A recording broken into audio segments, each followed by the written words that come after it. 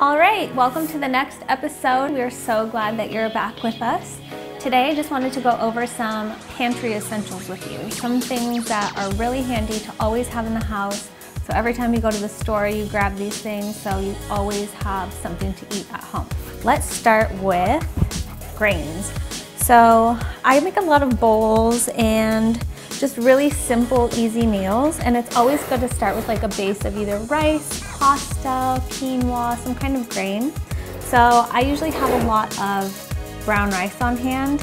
And while we're talking about brown rice, a rice cooker is also a really handy kitchen tool. This was about $20 on Amazon and comes with a little basket so you can also steam veggies as well at the same time you're cooking your rice. It's really easy. You just pour in the rice, pour in the water, push the button down, and then when it's ready, it pops back up and then it just keeps it warm until you're ready to eat it.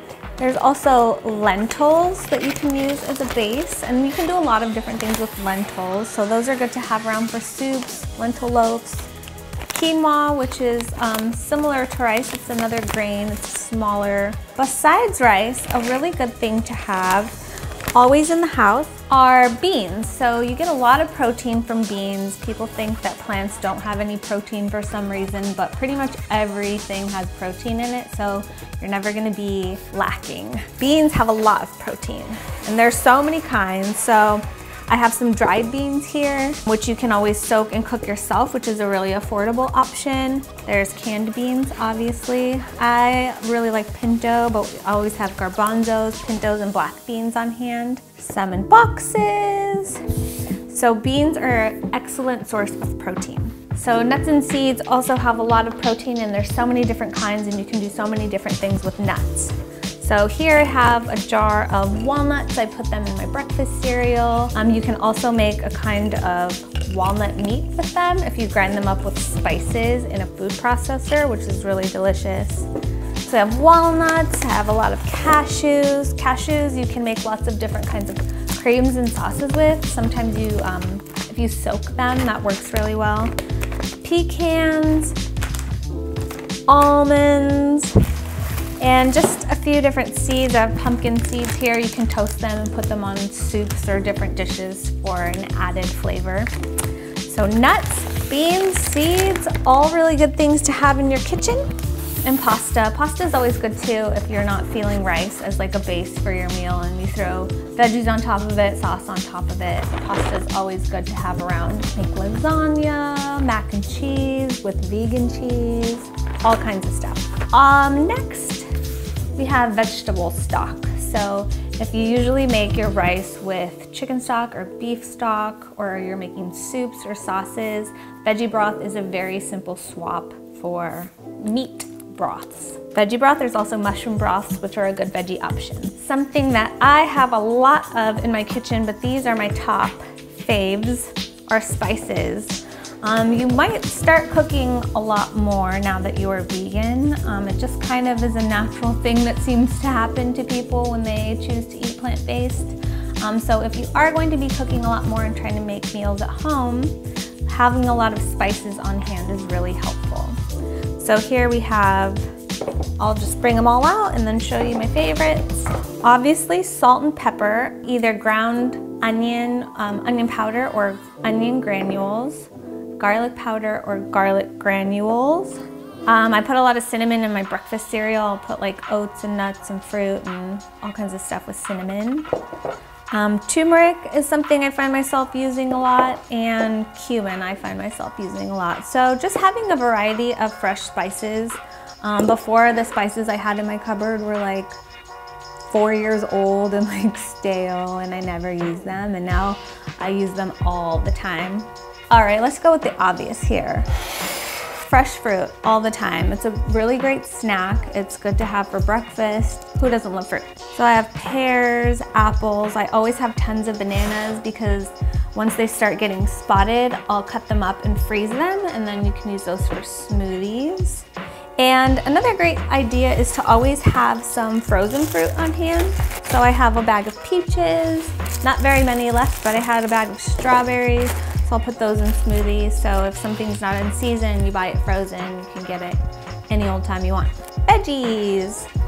So again, you can always buy frozen veggies, which are a really quick option, less chopping and cleanup, but also always have tomatoes, some kind of green for salads. Let's bring this whole thing over. Kale. Kale's my favorite. It comes in like 3 varieties. There's like the leafier one. This is called dino kale, and then there's a red one. Kale, some kind of green is always really good to have. We got some cauliflower, some broccoli, carrots. Carrots are good snacks. I always have at least 1 onion in the house and some fresh garlic and potatoes, because you can do so many things with potatoes. So lots of options for veggies.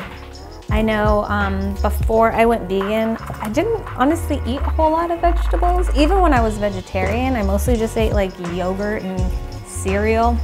So veggies I have learned to love, and they're so versatile. You can do so many things with vegetables. Got a veggie mess. Some other fun things to have around, I would say peanut butter. I eat a lot of peanut butter. You can use it for snacks. You can use it to make sauces like peanut sauce, different dressings. Peanut butter is always yummy. And some kind of vegan non-dairy butter. I have Earth Balance. There's a few other brands, and I've had friends who've actually made their own. I've never tried it, but they made it sound pretty easy if you don't have vegan butter in a store that is near you. All right, next we have nutritional yeast, which is a seasoning. It has a lot of B12 in it and a lot of B vitamins.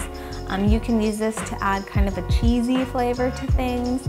Some people are really obsessed with nutritional yeast, and they'll sprinkle it on pretty much everything. So like toast or soups or popcorn. But you can add it to a lot of different dishes to kind of thicken and make it a little cheesy, nutty flavor. Another really good thing to have around is a jar of vegan mayonnaise. This one is Vegenaise or Vegenaise. The debate continues. I just find that I make a lot of sauces. You make salad dressing sauces. You can use it as a replacement for mayonnaise. And yeah, this is actually empty, so I need to buy a new one. Ah, of course.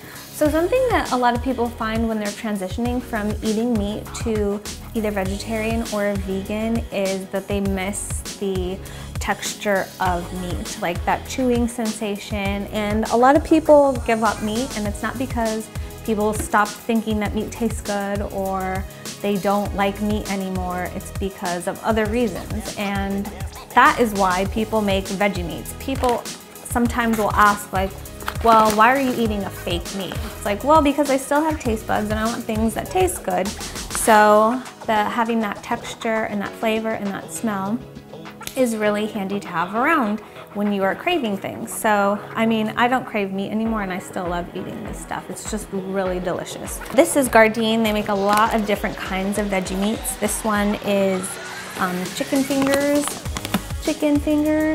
And you just pop them in the oven, and they're so good. I put them on salads. You can eat them by themselves with a meal.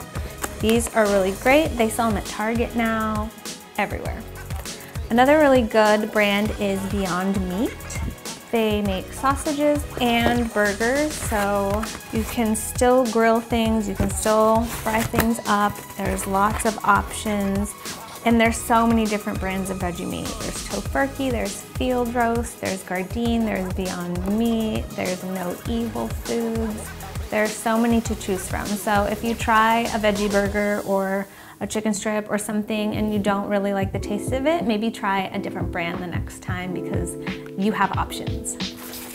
So it looks like those are my top pick pantry essentials. If there's anything that you think I'm missing, please leave a comment below, let us know. Again, we're here to share resources and encourage each other. So we wish you the best of luck on stocking your kitchen with animal-friendly foods, and we hope to see you next time. Thanks. Bye.